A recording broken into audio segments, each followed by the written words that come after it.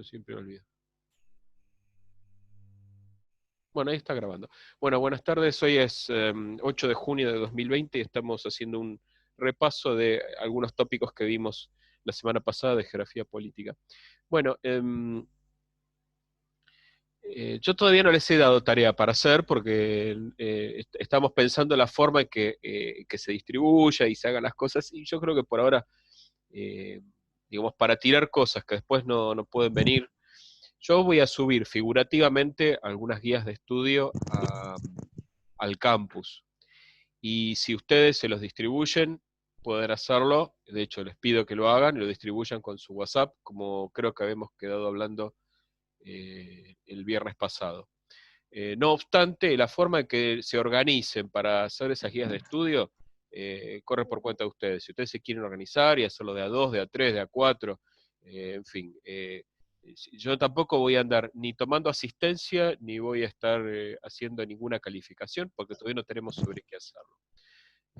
No hay. Pero si ustedes avanzan con esas guías de estudio, avanzan con las lecturas y avanzan con las redes conceptuales, por lo menos vamos a ir construyendo entre todos un recorrido. Eh, ¿Cuándo y cómo volveremos? Eso es incierto, no lo sabemos, nadie juega una cifra, el pico de todo esto no ha llegado, según estoy haciendo una curva, a mí me da que da más o menos para la primera semana de julio, recién el tope, y después hay que esperar hay que ver si se mantiene o si baja, así que julio, agosto no vamos a tener nada. Educación es lo último que se va a incorporar, por lo menos a granel, en masa. Lo más probable es que primero se incorporen los sextos años del secundario para quienes tienen que terminar, y los séptimos grados, los sextos grados de primaria que tienen que terminar. Eh, Así que no hay un horizonte claro. Y es muy probable, digo esto, para que sepamos que probablemente esta forma de trabajo a distancia la tengamos que mantener quizá por lo que resta del año. Digo, esta por supuesto que estoy pensando en voz alta, no es una posición oficial de nadie, porque estoy tratando de tapar el hueco de la, de la falta de información que hay. Esta es mi percepción y con este espíritu voy a tomar el resto del año. Así que ustedes se tienen que quedar tranquilos de que no es que si en diciembre hubiera mesa de examen no se van a encontrar con 3 metros cúbicos de papel para leer, porque esto no va a ser así. De alguna forma un dispositivo de evaluación vamos a desarrollar para que ustedes lo puedan transitar de la mejor forma posible. Así que no se tiene que angustiar por la idea de que si te falta o si no llegás, va a haber digamos, una situación enojosa. No, vamos a intentar buscar entre todos la mejor solución. Bueno, habíamos visto las definiciones de geografía. ¿Se acuerda que habíamos dicho que la geografía es una ciencia que estudia la forma en que las sociedades ocupan el espacio? Que en esa interacción entre la sociedad y el espacio se produce el territorio. El territorio es el hecho tangible de la interacción social, la interacción de la sociedad con el espacio. Esta disciplina ha recibido diferentes enfoques en nuestra historia. La geografía de la antigüedad era coreográfica, decía, la coreografía es una tradición geográfica de ubicar cosas, como diciendo, las sierras pampeanas están al oeste de la llanura chacopampeana. Bueno, eso es ejercer la coreografía. Simplemente decir qué está ahí dónde, sin explicar por qué está ahí, si siempre estuvo ahí, si va a seguir estando ahí. Eso la coreografía no lo resuelve. Pero la geografía de la antigüedad es coreográfica y además mezcla el mito con la realidad. Mezclan lo que es con lo que no es. Entonces, de repente, un sujeto como Estrabón te va a decir, bueno, pero he recibido noticias de unos viajeros que dicen que existe la Gorgona. Y bueno, pero lo pone Estrabón. Y probablemente sean eh, eh, rellenos que ponen a los textos o adornos, como para que se convierta en algo más tirando a novelado, para que no sea tan pesado. Pero bueno, las descripciones de Estrabón y las de Eratóstenes son muy precisas, sobre todo Estrabón es muy preciso en lo que dice, no dice cualquier cosa, no inventa, pero le mecha cosas que son fantasiosas. En la Edad Media, el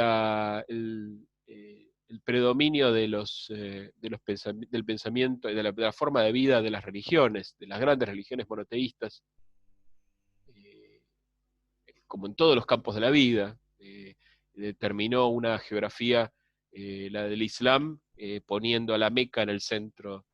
En general, todas las sociedades colocan el centro del mundo en su centro de interés. Vas a una sociedad polinesia y el centro del mundo está en su atolón. Vas a Egipto, el centro del mundo está en Luxor, en Karnak, donde el antiguo Egipto lo decía. Cada sociedad pone el centro real, simbólico, figurado, en su centro de vida. Entonces, o sea, en la Argentina, por ejemplo, esto no es común. De repente, para los bonaerenses, podríamos llegar a pensar que el obelisco es un centro simbólico de la nación, pero si te rogas a un catamarqueño, no te va a decir eso, porque las repúblicas sudamericanas no tienen consolidado el espacio de la misma forma que las europeas. Pero para un francés, indiscutiblemente la Catedral de Notre Dame es un centro simbólico de su país. Lo mismo podría decirse del Arco del Triunfo. Y para un inglés, lo mismo pasaría con el Albert Hall o con otra cosa. Pero nosotros no tenemos eso. O sea, un alemán le muestra las puertas de Brandenburgo y el tipo dice, este es el centro de mi cultura. En Argentina no pasa, tampoco pasa en Brasil, porque son países cuya construcción interna es más compleja y espero que podamos ver eso. Como que tenemos varias naciones dentro de una, o varias patrias, y eso dificulta muchas tomas de decisión. Habíamos visto de los portulanos, que eran unos mapas que tenían unas líneas trazadas como rumbos, esto durante la Edad Media. Y ya en los portulanos estamos hablando de un uso práctico de la cartografía para aplicarlo a la navegación. En la modernidad, hablamos de modernidad a partir del siglo XVI, con los descubrimientos, con grandes viajes de descubrimiento. Acá no está puesto, la verdad que lo omití, pero la geografía se construyó en función de los viajes de exploración, ya sea los viajes de exploración de los portugueses y los españoles, y después los grandes viajes que emprendieron holandeses, ingleses, rusos, ya sea explorando los confines del Asia o el sudeste asiático, descubriendo Australia, descubriendo Java y Borneo, pero descubriendo desde el punto de vista europeo, ¿no? Es un descubrimiento para el ojo del europeo. De repente llega el europeo y dice, encuentro un nuevo mundo. Sí, nuevo para vos. Siempre existió este mundo. Lo que pasa es que nuestro conocimiento está constituido desde el centro simbólico que es Europa. Por eso decimos, y vamos a ver más adelante, que tenemos un pensamiento eurocéntrico, querramos o no, lo querramos ejercer o no. Aún por más independiente que te creas en tu pensamiento y por más progresista, tu pensamiento está atravesado por esta herida que es estar firmemente eh, soldado a los presupuestos fundamentales de Occidente, especialmente de Europa. Piensen nada más en las teorías sociológicas, las teorías del derecho, las teorías del Estado, son todas categorías europeas.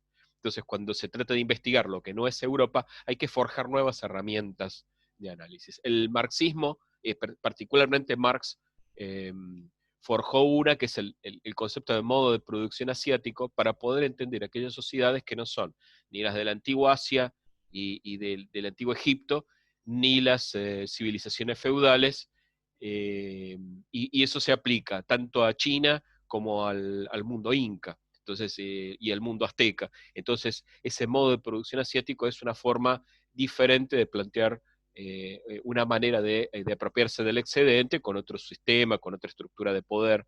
Es larguísimo. Los textos de Marx sobre el modo de producción asiático nos cabe a nosotros, a los argentinos, el honor de que la primera versión en castellano sobre el modo de producción asiático se imprimió en Córdoba en una editorial que se llamaba Cuadernos de Pasado y Presente en 1968. O sea que muchos de los investigadores que ustedes están leyendo, gente como Althusser, no habían leído estas cosas de Marx, o las habían leído marginalmente. Y pues, estos manuscritos aparecieron tarde. Entonces ni Sartre, ni Althusser, ni Lefebvre, ni ninguna de esa gente sabía de muchos documentos que fueron apareciendo a partir de los años 40, 50, 60. Y bueno, la primera versión en castellano del modo de producción asiático es cordobesa, así como los manuscritos económico-filosóficos se publicaron por primera vez en La Habana en el año 1964-65. Entonces, hay mucho material de Marx y de Engels que estaba perdido, o no estaba traducido, o estaba en manuscrito y no pasado. Bueno, entre ellos esta categoría que Marx tampoco pudo resolver. Marx sigue siendo eurocéntrico y sigue estando pensando, si vemos el manifiesto comunista, vamos a ver que hay una discusión sobre eso. el mapa de... Sí, sí, tengo otra red conceptual aparte que a Sam le contesto, sí. Pero estamos haciendo un repaso, es como para recorrer dónde estuvimos parados y a dónde queremos ir. En el siglo XIX, que es la era es el siglo de la ocupación de África y de Asia, porque se habían circunnavegado, pero recién en el siglo XIX los europeos empezaron a meterse en los continentes. La primera fue Francia, que en 1830 inició la conquista de Argelia y crearon dominios coloniales. Entonces, el concepto de colonia es un concepto muy importante para nosotros y que hoy está usado de manera muy diferente, ¿no? No es lo mismo la palabra colonia en boca de Jauretche que dicho por Lucien Febvre o que dicho por otro filósofo, geógrafo o pensador. Es decir, el concepto de colonia es un concepto que tiene muchas significaciones, algunas son peyorativas, otras no lo son. Decir que en el siglo XIX había un sistema colonial, para un inglés no le movía el amperímetro, era lo natural para él. Pero nosotros hoy, hablar de colonialismo, colonialidad, coloniaje, o postcolonialidad o decolonialidad, son montones, son varias líneas de trabajo muy diferentes para repensar nuestra relación. Digo, la nuestra, la de la periferia simbólica, ¿no? Que sería el tercer mundo, América Latina, Asia, con respecto a cómo el centro construye una categoría de pensamiento. De hecho, el transcurso de los últimos 10 años, 15, han estallado prácticamente los estudios sociales en los estudios postcoloniales. Así que si ustedes entran y ponen en su buscador estudios postcoloniales, van a encontrar una cantidad enorme de estudios así, postcoloniales. Estudios postcoloniales hay montones. Está el postcolonialismo, están los estudios decoloniales,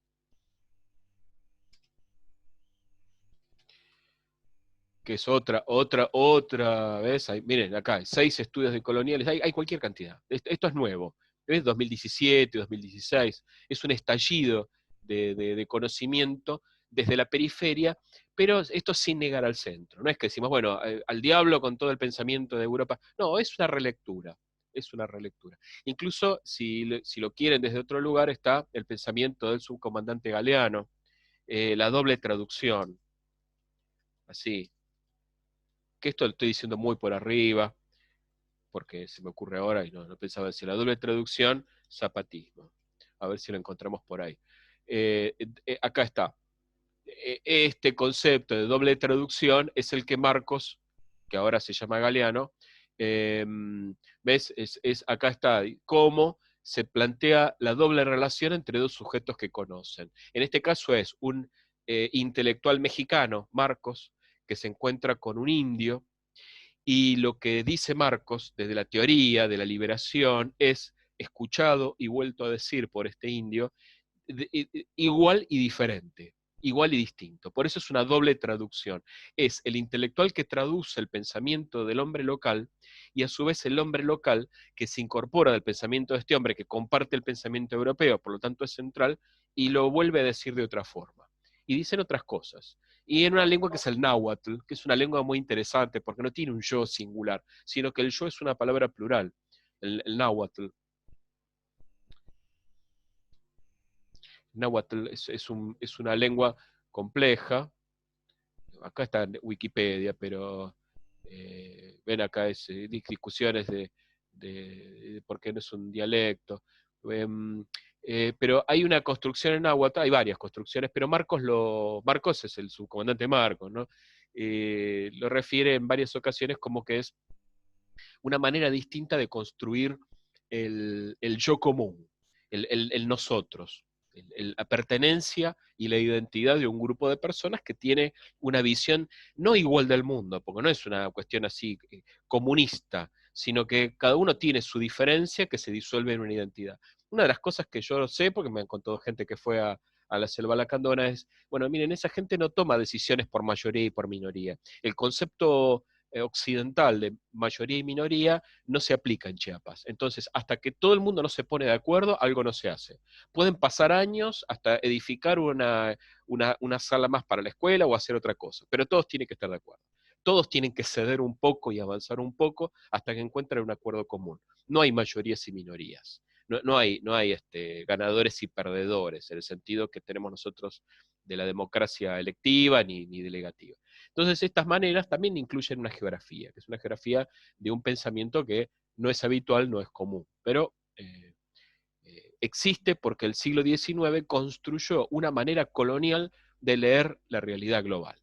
Entonces, cada uno de los países tuvo escuelas geográficas. Alemania, Francia, Inglaterra tuvieron escuelas de geógrafos que escribieron mapas, que redactaron mapas, que eran para que ellos los leyeran. Por eso el norte está en la parte de arriba del mapa, por eso usamos caracteres latinos, y por eso los nombres de los países están puestos desde afuera. El mejor caso de todo esto es África. Vamos a ver un planiferio. Por ejemplo, vamos a ver un planiferio lindo que podemos ver entre todos. ¿Están viendo mi pantalla, no? ¿Sí o no?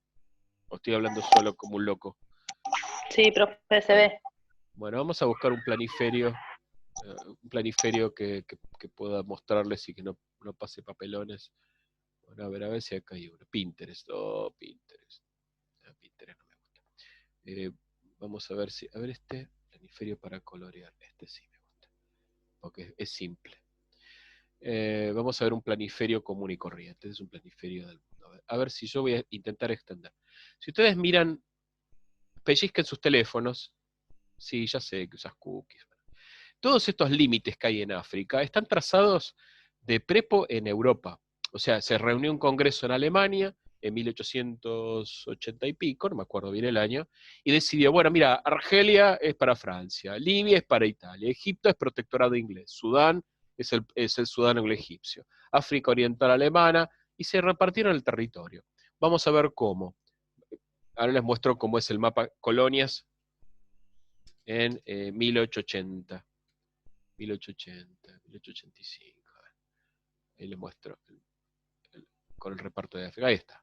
Este sería el sistema colonial en el caso de África. ¿Ven? Este es un reparto. Me acuerdo haber hecho en el profesorado un mapa de África con el reparto colonial. Acá, a ver si podemos agrandar esta imagen. Ahí está. ¿Ven? El reparto. Libia para Italia. ¿Alcanzan a ver esto en sus teléfonos? ¿Pueden? Pregunto. Y haciendo zoom, sí, Sí, se puede. profe. ¿Se ve bien? Bueno, díganme ustedes si no llegan. Ven, todo lo violeta es Francia, lo amarillo es España. Y se repartieron todo. Ahora, ¿de dónde sale el límite entre Argelia y el África Occidental Francesa? Que ahora es Malí, Níger, Chad, Dahomey, son estos países que están en este. Y trazaron una regla y dijeron, de acá para acá es tuyo, de acá para acá es mío. O sea, se repartieron el territorio sin tomar en cuenta ninguno de los estados ni de las organizaciones territoriales. Por eso las guerras civiles que se produjeron en África durante todo el siglo XX emergen además de todas las relaciones de subsunción económica y de dominación, de que partieron entidades territoriales sin tener en cuenta las particularidades. Entonces disolvieron unidades y construyeron otras. Entonces metieron a tres tribus rivales en el mismo territorio que antes estaban por separado. Quizá lo mejor hubiera sido que tuvieran territorios separados y que cada uno hubiera hecho un estado distinto. Y que, no sé si se hubiera evitado una guerra entre naciones africanas, pero si vos metés, no sé, metés a la barra brava de Brown y a la de la Ferrer en un vagón, no pienses que van a confraternizar e intercambiar presentes florales, no se van a agarrar a piña. Lo mismo si metés a una etnia africana que tradicionalmente oprime a otra o que ejerce un poder de aculturación. Eso pasa, porque no solamente son los europeos los que invaden y destruyen, también hay, en otras sociedades ha pasado. Camerún, África Occidental y África del Sudoeste son comunidades alemanas, porque Alemania recibió, como esa y otras posesiones más menores, como llegó tarde al reparto colonial, Francia e Inglaterra se quedaron con la mayor parte. Esta parte es el Congo belga, que era propiedad privada del rey de Leopoldo de Bélgica, o sea que Leopoldo tenía 2 millones de kilómetros cuadrados para él solo, era su chacra. ¿No? Me voy al Congo, decía el tipo, y tenía 2 millones de kilómetros cuadrados con toda la población que eso incluye. Y lo que está en blanco es Abisinia, que es la única parte de África que permaneció independiente en todos los tiempos, hasta que en 1936 los italianos invadieron Abisinia, derrocaron a Haile Selassie, y ahí se terminó el único reino independiente de la historia de África en los últimos 6.000 años. ¿No? Y en el texto bíblico, por ejemplo, la reina de Saba vive acá, vive sobre el Mar Rojo, un antiguo reino, la famosa, es la Rosa de Sharon, esa es la Rosa de Sharon, la que se casó con, creo que se casó con Salomón, pero es parte de este reino abisino que era tremendamente poderoso y era muy rico.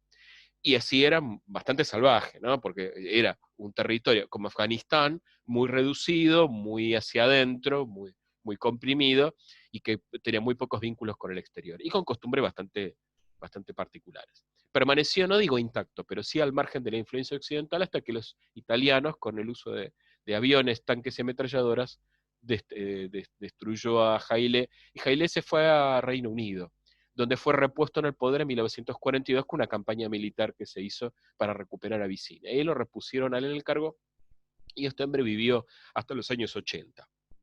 O sea, vivió bastante, un sistema bastante despótico tenía Haile Selassie. Y si vemos América,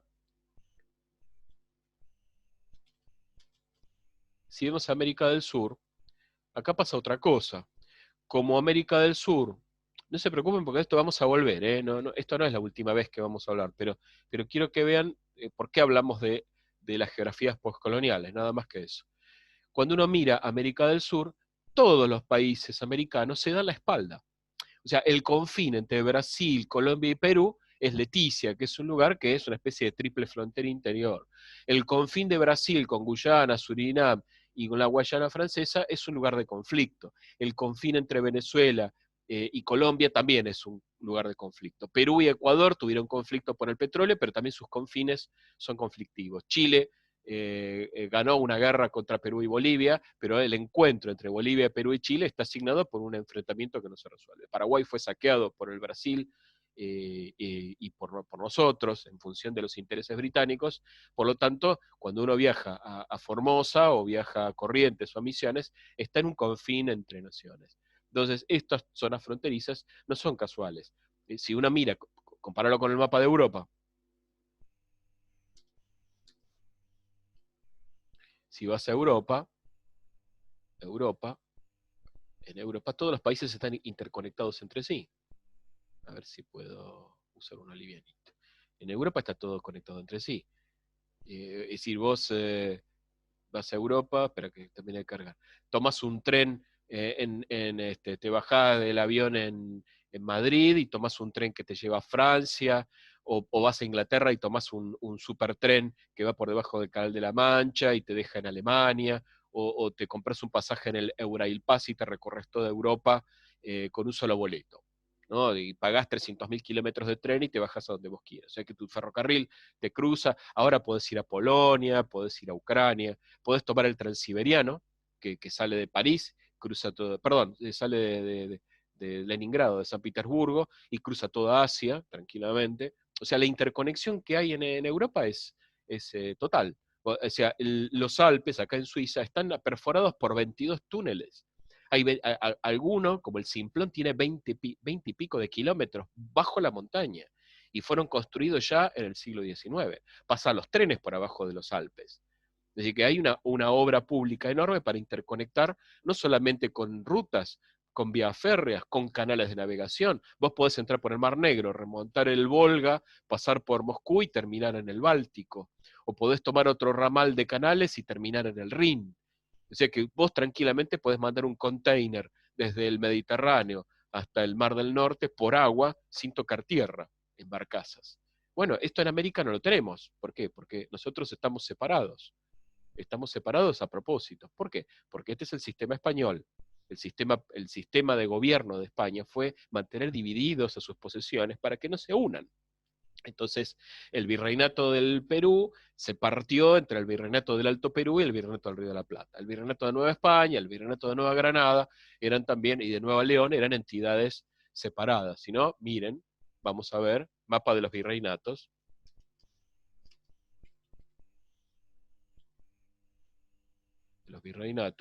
Mapa de los virreinatos, por lo menos de los americanos. A ver si podemos verlo. Ahí está. miren los virreinatos y miren cómo están calcados los países sobre el virreinato.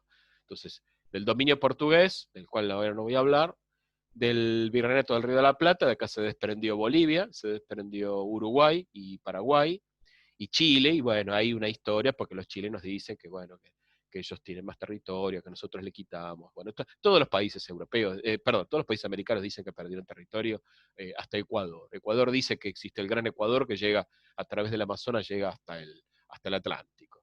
Todos, hasta Brasil dice que perdió territorio. Brasil dice que perdió toda América porque los brasileños quieren dominar todo.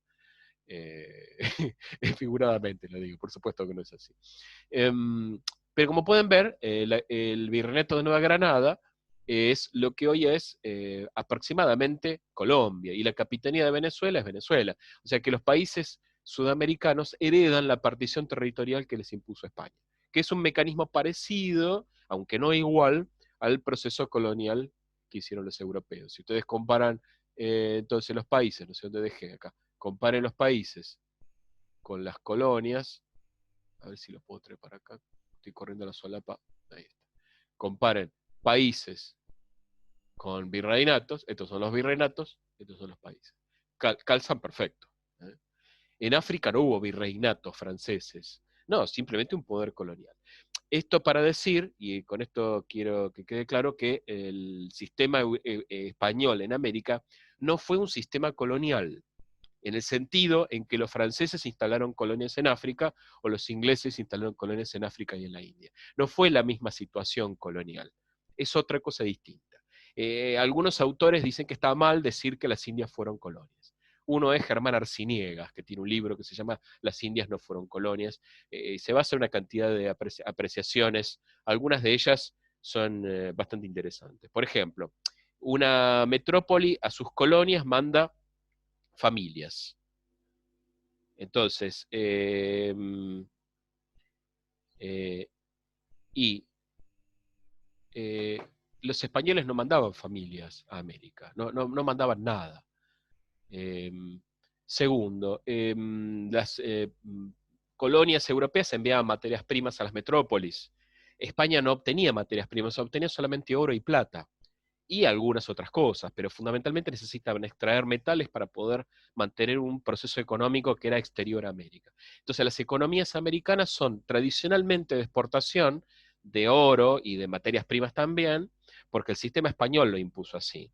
Las colonias europeas en África también obtuvieron metales preciosos, pero necesitaban materias primas para las industrias que España no las tenía. Entonces, España no formó un sistema industrial con los recursos que pudo haber obtenido de América. Y no les interesó, no hay grandes minas de hierro, ni de cobre, ni de nada en la época de los españoles. Sí las hay después, con las independencias, y es otro proceso totalmente diferente. Entonces, para que no pongamos en un pie de igualdad el sistema colonial europeo en África y en Asia con el sistema colonial o pseudocolonial español en América, y menos que menos con lo que pensamos ahora del pensamiento postcolonial. Quizá la palabra postcolonial hoy nos abarca a todos. O sea, un escritor sudafricano puede ser tan postcolonial como un escritor uruguayo, pero sus realidades precoloniales son diferentes, son distintas. Y eso tenemos que tenerlo en cuenta. ¿Vamos bien hasta acá? Vamos, ¿qué me dicen? ¿Habían pensado en esto antes? Cuéntenme un poco. Escucho. A ver, un toque cada uno. Así no hablo tanto, me duele la garganta. Abigail Alarcón, Alan Morales, Delgado Mariela, Fabiana Martínez, Facundo, Castillo, Giorgi Palavecino, Luciana Gini, Marisa Edo, Mónica, Estela, Walter, Mónica. ¿Qué me pueden decir? A ver.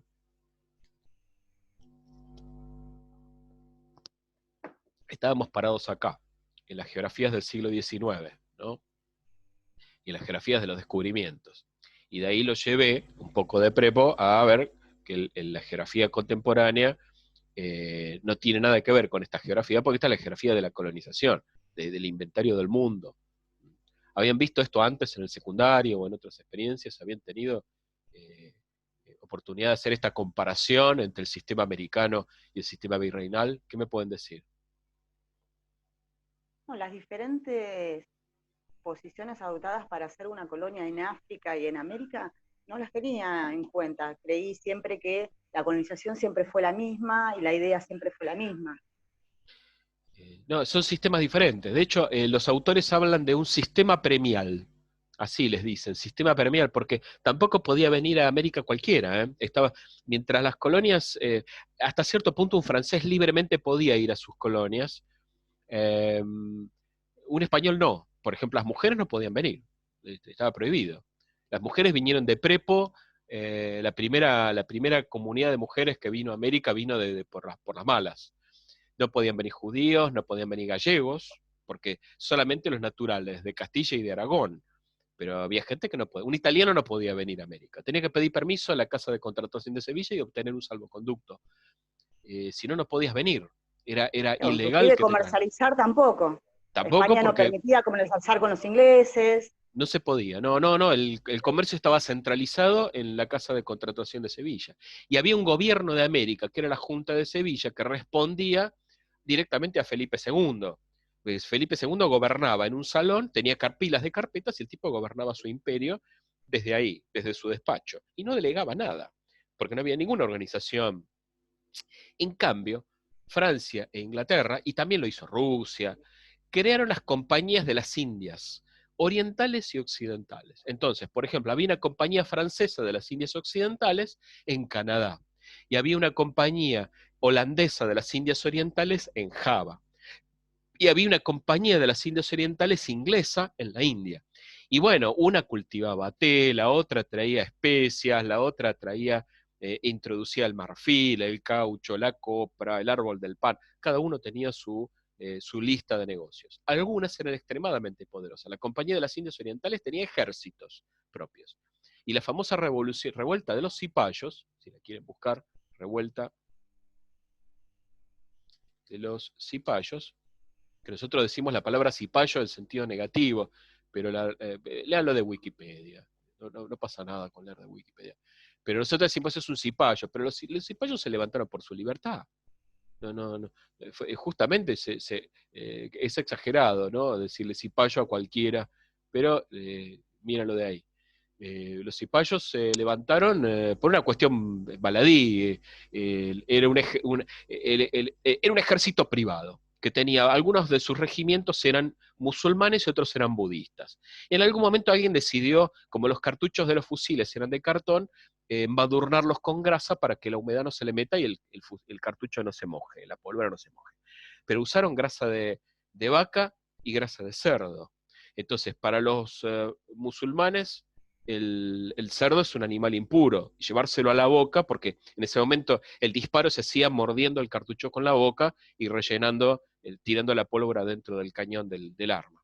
Entonces, o tocar con la mano el cartucho engrasado era para los budistas porque estaba hecho con grasa de vaca, y para los musulmanes porque estaba engrasado con grasa de cerdo. Ese es el motivo aparente. El motivo real es que se levantaron contra el orden colonial. Y hubo una represión feroz, tanto que eso provocó la disolución de la Compañía de las Indias Orientales y la incorporación de la India al Imperio Británico. Y ahí se llamó imperio. En el año 1858, 1859, Victoria, la reina Victoria, se hizo emperatriz de la India. Y a partir de ahí, los dominios ingleses se convirtieron en lo que llamamos el Imperio Británico. Por eso la era del imperio y el imperialismo viene de ahí, de Victoria como emperatriz de la India. ¿Por qué? ¿Por qué es emperatriz? Porque la India era un conjunto de reinos. El Raj era un sistema bastante complejo. Por ejemplo, la India en 1857. Y si ves un mapa de la India, vas a ver, acá, bueno, miren, el Raj británico. Ven esta complejidad territorial enorme, no se puede gobernar fácilmente. Entonces había que buscar, disculpen, es un... Bueno, acá pellizquen la pantalla y después le subo el enlace al chat o al Face. Pero este conjunto de naciones, ¿no? Fue, entre comillas, unificado y son los basamentos de los estados de la India actuales. Los estados de la India actuales. Esta gente vivía permanentemente en lucha. permanentemente peleándose. Parte con influencia francesa, parte con influencia portuguesa, parte con influencia inglesa. Los ingleses hicieron pelear entre sí al Raj hasta que expandió su territorio y se quedó con lo que hoy es la India, lo que es Pakistán y lo que es Bangladesh. Y después quiso invadir Afganistán. Y los afganos le dieron le infligieron una contundente derrota a los ingleses, esto en 1880. Es la época de, no sé si vieron esa película, Gunga Din, ese tipo de películas donde los ingleses con sus casquitos blancos son amasijados por los afganos. ¿Por qué? Porque es un intento por proteger la frontera norte, y especialmente de los intereses de Rusia, porque Rusia también se quería meter para este lado, el imperio ruso, no la Unión Soviética no existía, sino el imperio ruso que quería llegar a tener control sobre este territorio también, especialmente por el Himalaya, que acá no se ve, pero hay una gigantesca cordillera acá, si quieren el viernes lo vemos más tranquilos, una gigantesca cordillera. Ustedes tienen clase ahora, ¿no? A las 6 tienen otra, ¿no? Díganme, pregunto. Díganme. No, profe, creo que mañana recién tenemos clase a las 6. Ustedes si quieren podemos hacer otro Zoom después de este. ¿Quieren hacer otro? ¿O lo dejamos Sí, acá y seguimos el por viernes? mí, ¿El resto qué no sé dice? qué dicen los compañeros, ¿Qué pero dicen los yo no compañeros? tengo ¿Qué problema. opinan? Sí, profe. ¿Hacemos otro? Y Sí, seguimos, sí. así no queda cortado. Entonces, lo que llamamos el orden actual, vuelvo a mi PDF, el orden actual emerge de un montón de procesos paralelos que por separado son difíciles de entender y de leer, pero que hay que montarlos en una matriz. No está en este PDF, pero podemos construir entre todos una línea de tiempos para intentar reflejar cómo estas situaciones se van sumando. Voy a cortar el video ahora, dejamos que grabe y dentro de 17:50 retomamos. Así que los despido por un ratito y nos vemos enseguida. Hasta luego.